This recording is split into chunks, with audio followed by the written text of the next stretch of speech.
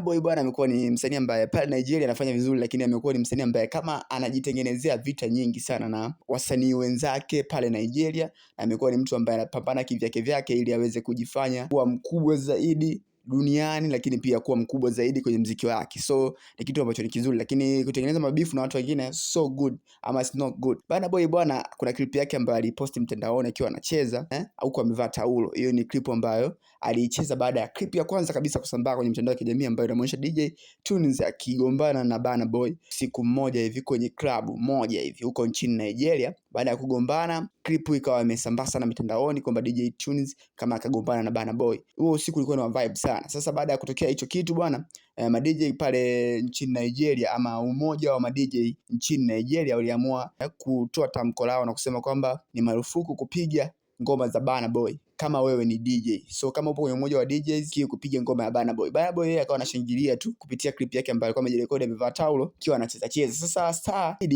Wizzy, Big Wizzy na akaamua kujibu hapo katikati, akawa ametuma kijembe chake ambako akaenda kule DM na akaandika maneno yake huko akimziaki kwamba Burna Boy kavaa taulo la P Diddy na akamhusisha na mambo ya P Diddy, akamkumbusha enzi zile za P Diddy ambako watu wengi wanazungumza kwamba Burna Boy alienda kwa P Diddy na watu wakasema kwamba alikuwa amedukuliwa. Sasa haijajulikana kama ni kweli, lakini Wizkid karudisha hilo na kumwambia kwamba kijana kwa makini, kwa sababu ulienda kwa P Diddy na hilo taulo ni la P Diddy, naona una dance na taulo la P Diddy. So ni moja ya story ambayo inazidi ku trending pale Nigeria, lakini pia na kwenye mitandao ya kijamii kama umefuatilia. Lakini hichi sio kitu kizuri kwa sababu unajua Burna Boy bwana anajitengenezea beef na ma DJs, so watakuwa wapigi ngoma zake, na hii inaweza kumsababishia kupromoka kidogo kwa muziki wake ama ondoka sana kwa muziki wake, kwa sababu DJs pia wanasaidia kupromote ngoma. Sasa ukigombana na DJs unaweza kujikuta kwamba wanakufanyia figisu kila sehemu ambayo unaenda kufanya show na ukawa au perform vizuri, ama watu